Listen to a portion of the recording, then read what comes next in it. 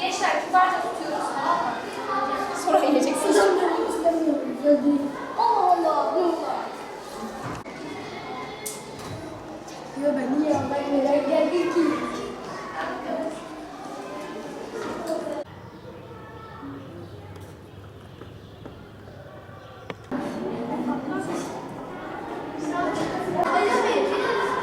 Çok sallamayın.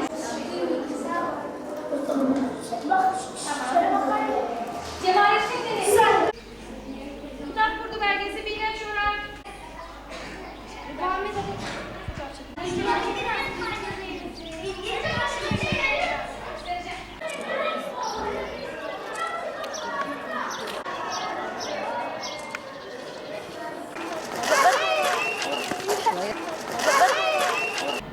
Kocatepe Ortaokulu olarak 2018-2019 eğitim öğretim yılını sevinçle bitirmenin heyecanını yaşıyoruz.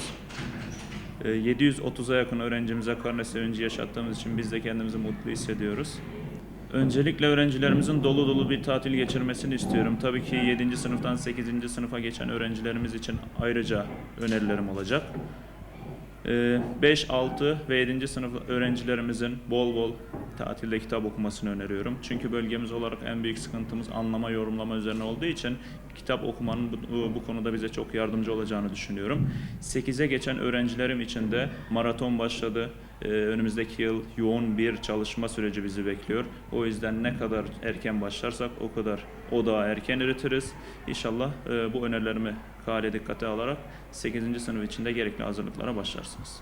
Kitap dışında tabii ki insanın deşarj olma ihtiyacı var. Bir sene boyunca yorulduk, geldik, gittik, çalıştık. Bayağı üzerimizdeki deşarj olmamız gerekiyor. Enerjimizi atmamız gerekiyor. Bunun için de sosyal faaliyetler, özellikle belediyemizin yapmış olduğu Gençlik Spor Merkezi'nde faaliyetler olacaktır. Halı sahalarda erkeklerin özellikle ilgisini çeker. Halı saha turnuvaları olacaktır futbol adına, spor adına. Bunlara katılıp da en azından gelecek seneye deşarj olmuş şekilde güzel zinde başlamak için kendilerini toparlamalarını öneririm. İmkan varsa da şehir dışında bir yerlerde, malum bizim bölgemizde biraz imkanlar kısıtlı olduğu için şehir dışında başka şehirlerde değerlendirebilirlerse çok daha güzel olacaktır. Velilere karne konusunda tavsiyem şudur: kesinlikle çocuklarınızın değerini başarı üzerinden biçmeyin. Çocukların azmini övün, başarısını değil. Başarısını övdüğünüz takdirde çocuk hırslanacaktır ama azmini övdüğünüz takdirde çocuk daha çok kendine gelip bir şeyler yapmaya çalışacaktır. O yüzden onlar ne olursa olsun sizin çocuklarınız, o çocuklar bu dünyaya başarı mahiyetinde gelmedi. Tabii ki geleceğini de okuldaki karnesi belirlemeyecektir. Ama genel olarak çocuklarınıza kıymetli olduğunu hissettirin. Kesinlikle. Çünkü okulda başarı bir üçgeni vardır. Bu üçgen öğrenci, veli ve okuldan oluşur. Bu üçgenden herhangi bir köşe eksik kaldığı zaman maalesef o başarı üçgeninde aksamalar yaşanmaktadır. Veli burada çok önemli rol oynamaktadır. Nasıl rol? Sonuçta veli çocuğun rol modelidir. Çocuk veliden gördüğünü okula yansıtmaktadır. En nihayetinde de ilk okulumuz ev olduğu için, anne babamız, öğretmenlerimiz olduğu için bu karneler aynı zamanda veli karnesidir diyebiliriz. Şimdi ona tatil değil de öğretmenler açısından mesleki geliştirme haftası diyebiliriz. Öğrencilerimiz biliyorsunuz artık Eylül ayında bir hafta erken başlayıp Haziran ayında da bir hafta geç bitirecekler okullarını. Bu okulun kendi eksiklerini, öğrencilerin ihtiyaçlarını giderebilmek adına bir fırsat olarak değerlendirilmelidir. Çocuklar da o arada tabii ki okulun yoğunluğunu biraz atmak için dinlenme fırsatı bulacaklardır illaki. Ama açısından faydalı olduğunu düşünüyorum. Okulun kendi ihtiyaçlarını ve eksiklerini gidermesi açısından öğretmenler açısından faydalı olacağını düşünüyorum. Adım Abdullah, soyadım Can.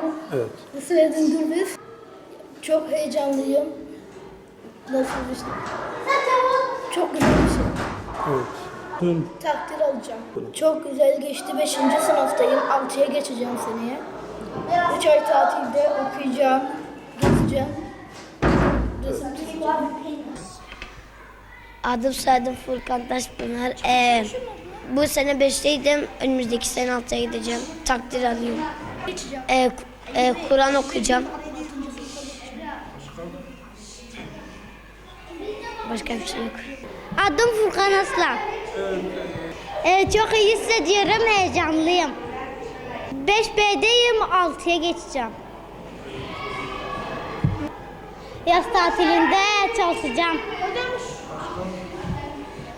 Dolaşacağım, oynayacağım. Ben adım Nurullah, soyadım Aklan. Karne günde çok heyecanlıydım.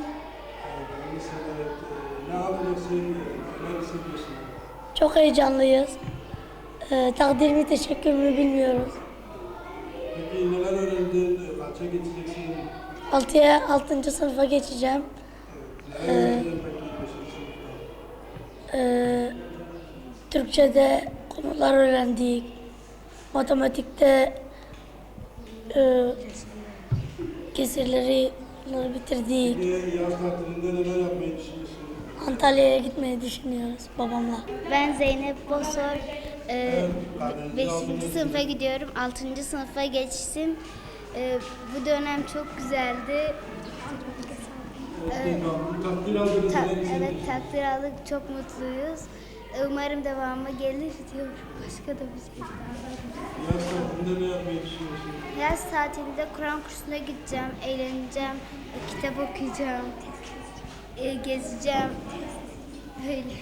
İsim soyisim? Çok mutluyum. Adım Muhammed Ali, soyadım Bilbil. Geçen dönemde almıştım. Bu dönemde aldım. Yani çalışan başarır. Yani herkesin saygılı olmasını istiyorum.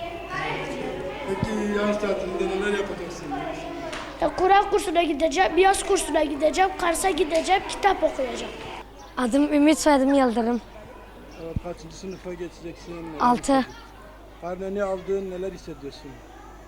Güzel şey hissediyorum. Ne aldın peki? Bir şey almadım. Bir şey almadın, evet. Peki nasıl geçti okul? Yaz tatilinde neler yapacaksın orada? Güzel geçti, yaz tatilinde de tatile gideceğim. Başka neler yapacaksın? Anneannemin yanına gideceğim. Ben Yakup Dilek. Karneni aldın, takdir aldın herhalde, neler hissediyorsun? Karnemizi aldık, bir sene çalıştık, başarımızı da gördük. Başarımızı gördüğümüz için babaannemiz, annemiz bize hediyeler de alacak. Yaz tatilinde ben medreseyi okuyorum. Medreseye gideceğiz. Bir de bir hafta, 2 haftada gezeceğim.